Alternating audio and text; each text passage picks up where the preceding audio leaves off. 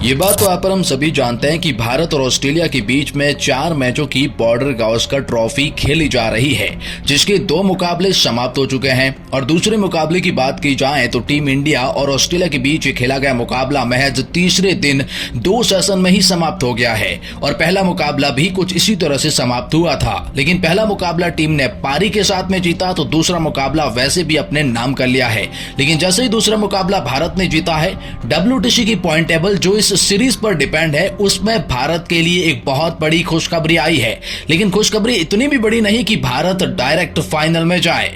तो जी हां, अभी भी भारत फाइनल में नहीं पहुंचा है, अभी भी भारत की मुश्किलें बढ़ सकती है। वो तो हम आपको बताएंगे क्या कहता है पॉइंट टेबल, क्या कहते हैं अभी भी समीकरण। लेकिन कैसे अब ऑस्ट्रेलिया पर खतरे के बादल मंडराने लगे हैं और मानो ऑस्ट्रेलिया अब इस WTC की पॉइंट टेबल पर बाहर होने की कगार पर आ गया है। भारत की जीत ने ऑस्ट्रेलिया को कैसे बड़ा झटका दिया है और कौन सी टीमों के बीच में अनबन पैदा कर दी है, कौन सी टीमें WTC की फाइनल की रेस से बाहर हो चुकी है, हम आपको पूरी WTC की पॉइंट टेबल इस वीडियो के माध्यम से समझाने वाले हैं। तो वीडियो को ध्यान से और पूरा जरूर देखिएगा। लेकिन आगे बढ़ने से पहले हम आपकी एक छोटी सी राय चाहते हैं, आपको क्या लगता है WTC के फाइनल में कौन सी 2 टीमें जगह बनाएगी? फाइनल में आपको क्या लगता है कौन सी 2 टीमें जाएंगी? आप अपनी ओपिनियन इस टॉपिक के बारे में कमेंट में जरूर बताइएगा। लेकिन आगे बढ़ते हैं और बताते हैं आपको WTC के फाइनल यानी इस पॉइंट टेबल में क्या कुछ बदलाव हुआ है और खास तौर पर दिल्ली का ये दूसरा टेस्ट मैच जीतने के बाद ऑस्ट्रेलिया के खिलाफ भारत ने कैसे क्या कुछ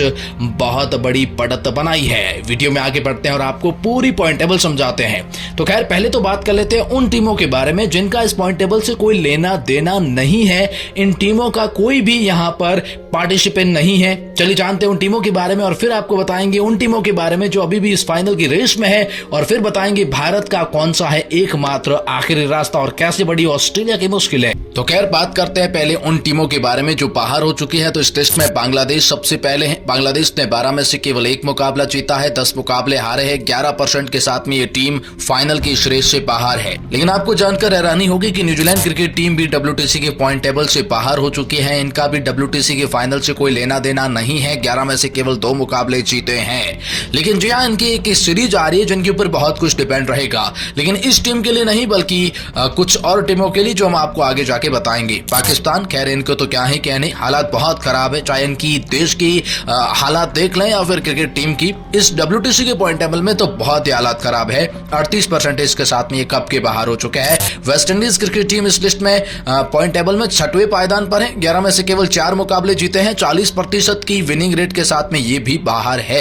और इंग्लैंड क्रिकेट टीम 5वें पायदान पर है, 22 में से केवल 10 मुकाबले जीते हैं, 8 मुकाबले हारे हैं, 46% के साथ में ये टीम भी कप की बाहर हो चुकी है। लेकिन अब 4 टीमें हैं जो अभी भी इस रेस में बनी हुई है और इसमें साउथ अफ्रीका का नाम आता है। साउथ अफ्रीका ने 13 में से 6 मुकाबले जीते हैं, 48.72% की विनिंग परसेंटेज के साथ में ये टीम अभी भी बनी हुई है। श्रीलंका की बात करते हैं तो श्रीलंका ने 10 में से 5 मुकाबले जीते हैं, 53.33% विनिंग रेट के साथ में ये टीम तीसरे पायदान पर बनी हुई है।